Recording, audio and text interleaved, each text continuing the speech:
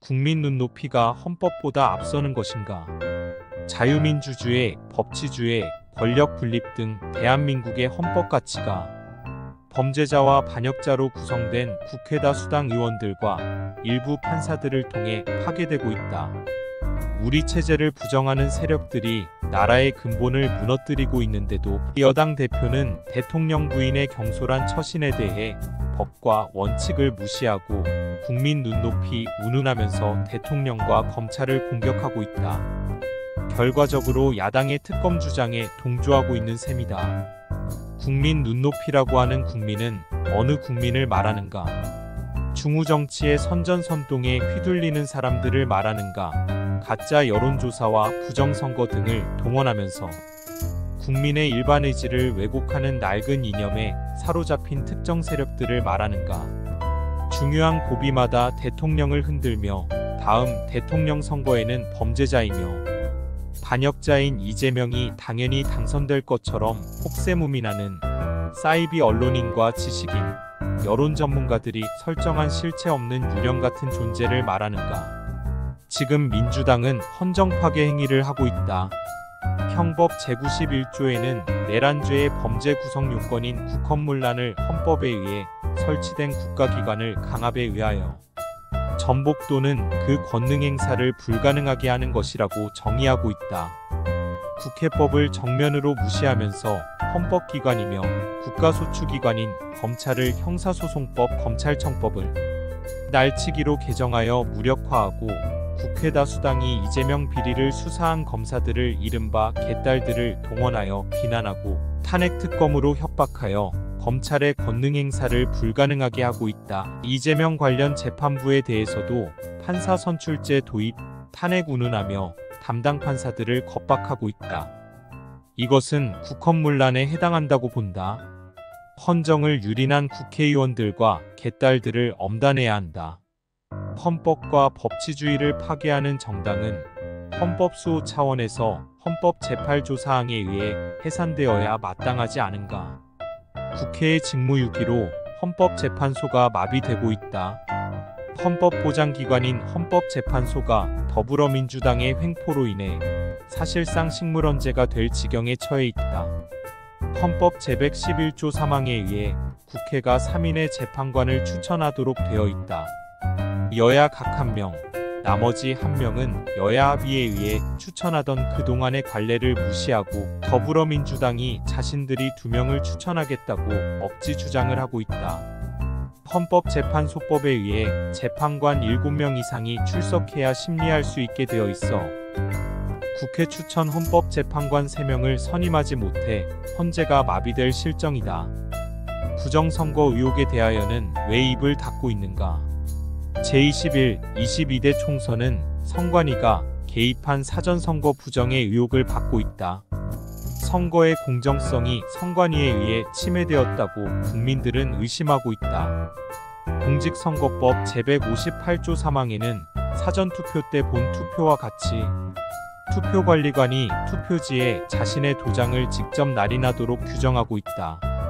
그러나 선관위는 이를 거부했다. 그리고 지난 21대 선거부정 재판 과정에서 다량의 이상한 투표용지가 나왔고 22대 총선에서도 선거부정이 의심되는 여러 정황이 드러나고 있다. 2023년 10월 10일 국정원이 선관위, 한국인터넷진흥원과 함께 중앙선관위 선거 관련 업무 시스템을 합동 점검한 결과 해킹 위험이 크다고 발표했다. 사전투표용지를 무단으로 인쇄할 수 있었고 유령 유권자 등록도 가능했으며 사전투표 및 개표 결과 조작도 가능한 것을 밝혀낸 바 있다. 국정원은 과거 선거 시스템에 대한 해킹 공격 여부에 대해서는 이번 조사 대상이 아니었다 하면서 정작 중요한 21대 총선의 조작 여부는 점검하지 않았다. 윤석열 정부는 왜 부정선거를 명쾌하게 밝히지 않는가? 여당 대표는 왜 사전선거 투표지에 투표관리관이 직접 날인하도록 되어 있는 공직선거법을 무시한 선관위의 불법한 행동을 묵인하면서 지난 22대 총선 때 사전투표를 독려했는가? 여당 참패에 책임을 져야 한다. 헌법 제97조 1항에는 행정기관 및 공무원의 직무에 관한 감찰을 하기 위하여 감사원을 둔다고 규정하고 있다. 중앙선관위를 비롯한 각급 선관위원의 가장 중요한 직무는 공정하고 무결성이 보장되는 선거관리이다. 감사원은 제21, 22대 총선 등 선거관리에 대하여 즉시 중앙선관위와 각급 선관위에 대해 철저하게 조사하여 그동안 거론된 각종 의혹을 밝혀야 한다. 문재인, 이재명은 반역자이다. 문재인의 이적행위로는 국민과 세계를 향해 김정은의 비핵화 의지가 확고하다고 강조하여 북한이 핵과 미사일을 고도화하도록 해주었다. 2018년 9월 19일 문재인은 김정은과의 남북 군사 합의를 하여 재래식 전력에서 우위를 보였던 우리의 안보 역량을 무너뜨렸다. 여적죄에 해당하는 반역행위이다. 문재인은 2018년 4월 27일 판문점에서 핵을 포기하지 않은 김정은과 평화체제를 선언하였고 국가기밀을 담은 USB를 적의 수개에게 직접 전달했다. 최근 북한은 대한민국을 주적으로 규정했다. 이재명의 이적행위로는 과거 발언이나 저서에서 대한민국 건국이 친일 세력과 미 점령군의 합작이라고 하고 이승만 전 대통령을 친일 매국 세력의 아버지라고 규정했다. 2021년 8월 28일 국민의힘 대선 주자들이 전술핵 재배치나 나토식 핵공유를 주장하자 이를 안보 포퓰리즘으로 몰아세우며 핵 재배치나 핵공유를 반대했다. 2022년 1월 31일 사드 추가 배치도 반대한다고 하였으며 계속되는 북한의 도발에 대응하기 위하여 실시하는 한미일 군사훈련을 항일 정신에 위배된다고 항의했다. 또한 주식회사 쌍방울을 통해 국제사회의 제재를 받고 있는 북한에게 800만 달러 현금을 지원하여 특가범 뇌물, 외국 환거래법 등 위반 혐의로 기소되어 재판을 받고 있다.